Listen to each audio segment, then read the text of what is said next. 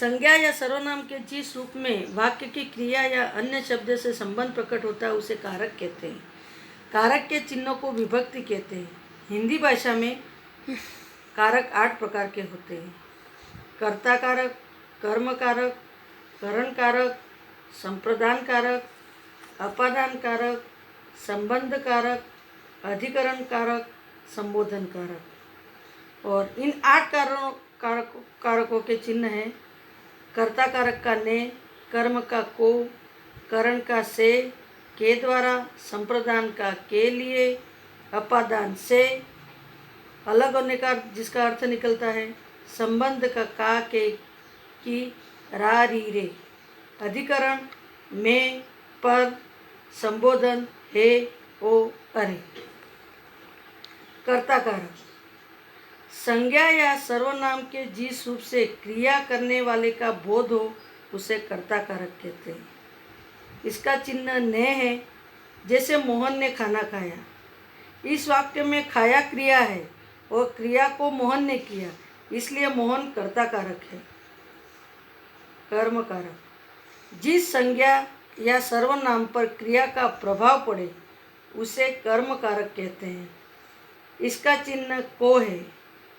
यह कभी कभी छिपा भी रहता है। जैसे राम पानी पीता है। इस वाक्य में पीने की क्रिया का प्रभाव पानी पर पड़ता है, अतः पानी कर्म कारक है। करण कारक जिस वस्तु की सहायता से या जिस वस्तु के द्वारा कोई काम किया जाता है उसे करण कारक कहते हैं। इसके चिन्ह से तथा के द्वारा है। जैसे मोहन कलम से लिख रहा है।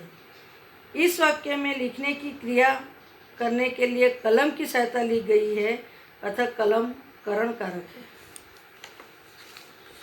संप्रदान कारक जिसके लिए किसी क्रिया को किया जाता है उसे संप्रदान कारक कहते हैं।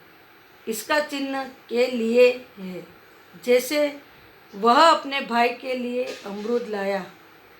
इस वाक्य में लाने की क्रिया भाई के लिए की गई है, अतः भाई संप्रदान कारक है। अपादान कारक जिस वस्तु से किसी वस्तु का अलग होना पाया जाता है उसे अपादान कारक कहते हैं। इसका चिन्ह से है। जैसे पेड़ से फल गिरा। इस वाक्य में गिरने की क्रिया पेड़ से हुई है और गिरने पर फल पेड़ से अलग हो गया, अतः पेड़ अपादान कारक है। संबंध कारक दो या दो से अधिक संज्ञा या सर्वनाम शब्दों में संबंध दिखाने के लिए संबंध कारक का प्रयोग होता है। इसके चिन्ह का, की, के, रा, री, रे है। जैसे सुधीर मेरा भाई है। इस वाक्य में सुधीर का मुझसे संबंध दिखाया गया है, अतः मैं या मेरा ये संबंध कारक है।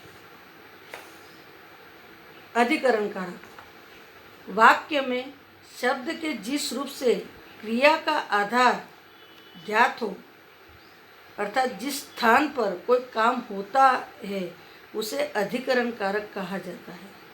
इसके चिन्ह में तथा पर है। जैसे वह कुर्सी पर बैठा है। इस वाक्य में बैठना क्रिया का आधार कुर्सी है, अतः कुर्सी अधिकरण कारक है।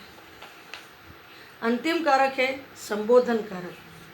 जिस शब्द के द्वारा किसी को पुकारा जाए उसे संबोधन कारक कहते हैं। जैसे अरे सोहन तुम यहाँ कब आए। इस वाक्य में अरे सोहन संबोधन कारक है।